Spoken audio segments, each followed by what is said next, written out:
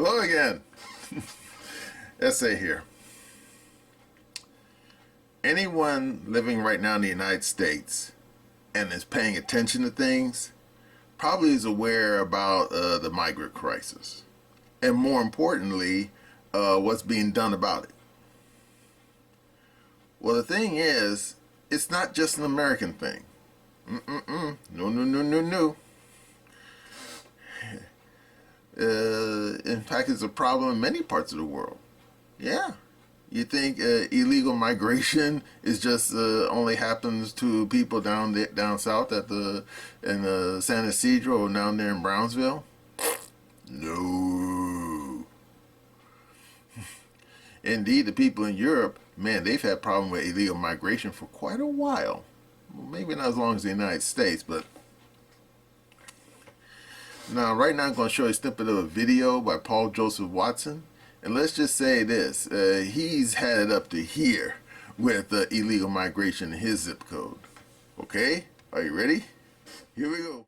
In the name of preventing future Southport-style attacks, the government's come up with the stupidest so-called solution imaginable. Forget any attempt to stop importing the kind of monsters that carry out these attacks. No, far more sensible to... checks notes. Restrict the sale of kitchen knives instead. Tech companies such as Amazon will be barred from handing over a knife to anyone other than the person who bought it, enabling the firm to check ID and age for a third time on delivery. Because where else would future kiddie killers potentially source such dangerous weapons? The mind truly boggles. Oh no, wait. From literally every kitchen drawer in the country. Forget limiting mass migration from uncivilized countries. Something that would actually reduce the risk. Something that would actually address the question that they're desperately trying to stop us from asking. Why are these people in our country in the first place? No, let's make it harder for people to order cooking equipment online. I'm sure that'll fix it. What's next? Are they going to propose banning stabbings? The next Axel Rudakabana could literally just swipe a knife from his mum's pantry. Yet they insult our intelligence by claiming this as any kind of forthright response. Something must be done. This is something.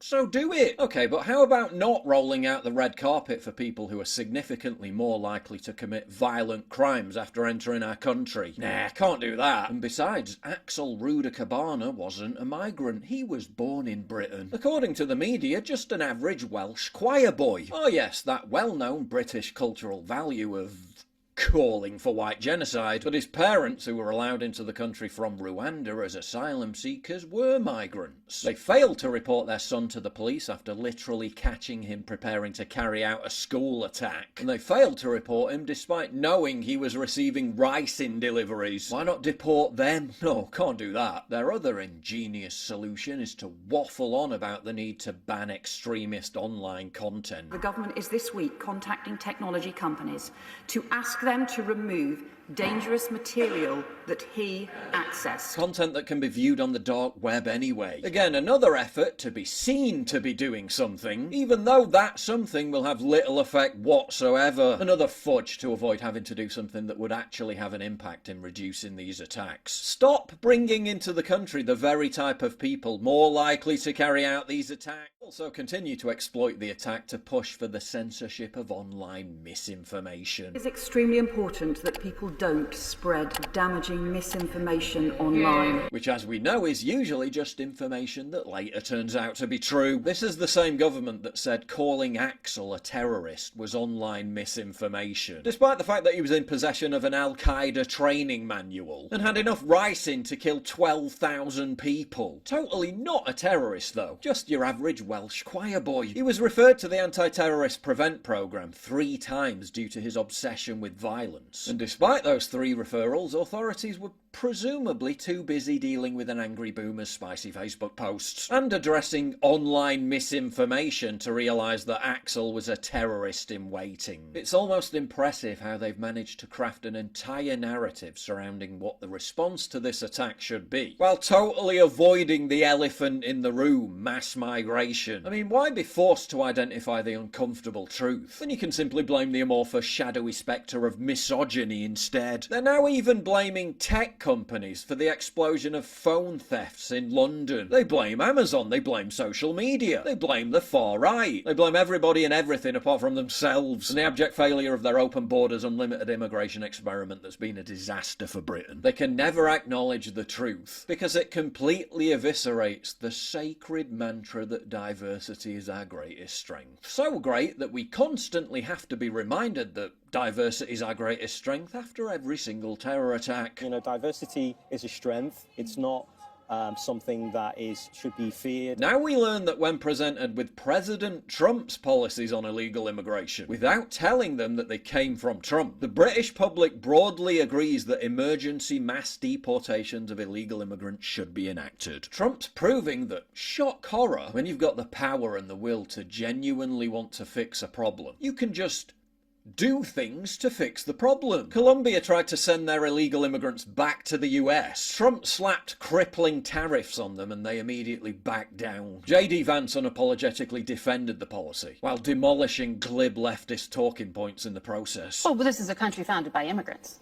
Well, this is a country founded by... This is a unique country. This is a very unique country, and it was founded by some immigrants and some settlers, but just because we were founded by immigrants doesn't mean that 240 years later that we have to have the dumbest immigration policy in the world. Before asserting that there's absolutely no reason for Axel Radicabana types to be in Western countries in the first place. I don't want my children to share a neighborhood with people who are not properly vetted, and because I don't want it for my kids, I'm not going to force any other American citizens' kids to do that either.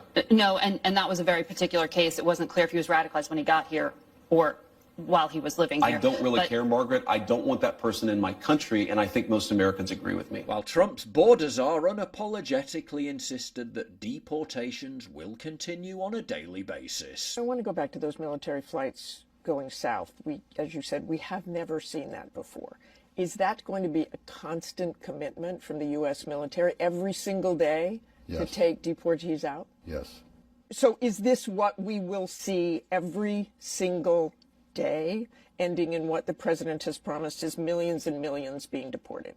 Yes. Now we discover 1 in 12 people living in London are illegal immigrants. More than 1 million illegals living in the UK as a whole. The answer isn't banning knives, censoring misinformation, or crafting deliberately obfuscating narratives that serve only to hide the true cause. The answer is simply to stop importing and deport. Okay, you saw that. Yeah, well, I have to admit, I must sympathize with the brother, because we have cutthroats and brigands in our zip code too. Yeah, and not just MS-13. You have these damn stupid clowns from Venezuela. I can't pronounce the name of the gang, but whatever. Yeah, these brothers, they don't play, man. And I think if you were paying attention to what was happening in the United States before the last presidential election, you know it got really, really bad. I mean, if you were an NYPD cop, I know you probably had practically steam coming out of your ears when you would pick up some these clowns going around on the streets of New York City, pulling purse snatchings and strong arm robberies.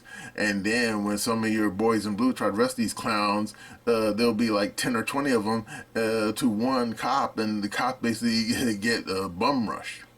Yeah. And then these stupid weak in the knees judges to let the guys go. Now, of course, as you saw in Watson's video, apparently the same thing is happening there, except these guys went like a step further. These clowns are now killing people. Now, of course, you say, well, hopefully they end up in Dartmoor prison. I'm thinking, yeah, well, maybe they will. I don't know. But if you saw in Watson's video, the reaction by the people being charged is just almost like a joke, except it's not a very funny joke. I mean, banning knives? Really? I mean, really, dude? And what if these knuckleheads get behind the wheel of some damn raggedy ass car or delivery van and start running people on the street? You're going to start banning cars now? Then again, I think about it, some of these people with their idea for 15-minute streets, I think they already want to do that anyway. But anyway, Yeah. And I'm thinking, why don't you just simply deport the assholes? Yeah, what a great idea. Now, of course, you saw in Watson's vid that one knucklehead, they claimed that he was born and raised in England. Yeah, but apparently he had very rotten parents. I mean, as you saw in Watson's video, that clown, he was sitting there making bombs and buying ricin and stuff. I mean, the guy was obviously a terrorist in training, for Pete's sakes. And of course, some of you say, well, that clown, he also probably needs a good haircut. And I'm thinking, hey, I don't disagree with you, brothers. Now, of course, some of you knuckleheads are saying, oh, yeah, what about this crap right here? Hey, okay? My hair is none of your concern, all right? I've been growing this shit for years. And no, I ain't getting a haircut, so don't even DM me because it ain't going to happen. F you and goodbye, okay? But anyway, yeah. The damn people in England, they got it bad. And unfortunately, they don't have like a, a Trump-like character to sort things out. And of course you say, what about that clown, Sir Starmer? Are you kidding me? Sir Starmer, that guy clearly doesn't have a clue. I mean, he's the kind of fella who he needs a Rand McNally Road Atlas, a GPS tracker, and a trail of breadcrumbs just to find his own ass. So yeah, don't count on him to solve the problem, all right? You're going to have to find somebody else who actually knows, who does have a clue. But at least here in the United States, they're sorting things out. And of course, you saw in Watson's video, man, there's so many people in our zip code who are rather annoyed. And I'm thinking, oh, really? What are you annoyed for?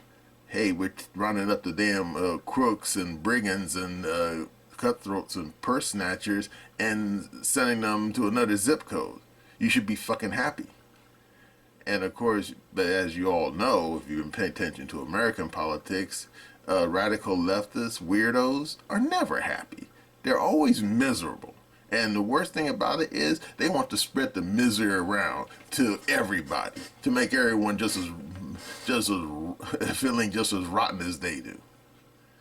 And therefore, they had no problem with letting in millions and millions of knuckleheads into the country. Now, of course, some of you are saying, oh, but that was Joe Biden. Excuse me? Are you kidding me? Because multiple people, smart people, like Dr. Steve Turley, for example, said that Biden wasn't really running things. It was a hardcore cadre of lefty weirdos inside the White House that were running things. I mean, did you notice all those drag queens that kept showing up at the White House? I ain't just talking about Dylan Mulvaney, but he wasn't the only one. There was a whole bunch of others that showed up too. You think that was Biden? Are you kidding me? Biden, he was sitting over in the corner wearing his Depends diaper, sucking on an ice cream cone for the last 4 years. And every once in a while, they would pull him from the TV camera, give him a piece of paper and a little handheld note that says, call on reporter A, ask reporter this question. And sometimes he wouldn't even read the little handheld card that they would give him. He would just, go off the rails. Yeah. I mean, it's sad. It's a joke.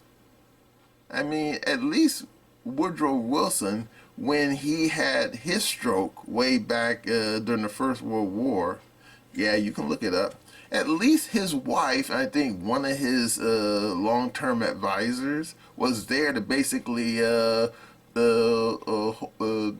make sure that things didn't go off the rails in the United States. And indeed, if I remember correctly, that went on for a whole year. Nobody had a clue. In what respect, there was no internet back then, okay? Or TV news for that matter. But yeah, and they got away with it. But of course, in the present day, you can't get away with shit like that. And therefore, those clowns like Mayorkas, that fool, yeah, they just opened the damn floodgates and let everybody in. No vetting, no court date for the immigration court, nothing. Just let them in, pat them on their heads, and say, have at it. But And indeed, how many people that they let in, nobody knows, because I think they stopped counting after the first million. But hey, that guy Holland that Trump hired, I think he's going to sort it out. Yeah. Then he's kind of old anyway. Who knows how long he's going to be around. But yeah, as long as that guy's stuck in there, I guess he might figure it out. You know, who needs to be here, more importantly, who doesn't need to be here. Now, of course, as for old Paul Joseph Watson, yeah, to loosely quote Sergeant Hartman, he isn't truly in a world of shit. Because I think he truly cares about his country. The problem in his country is pretty much, you know, basically ran off the rails and ended up in a ditch. And things ain't getting any better in England. They're just metastasizing. Bad. I mean, real bad. So what can Watson do about it? I don't know. He's only one man. I guess he can just get on the internet and complain. I guess that's all he can do, huh?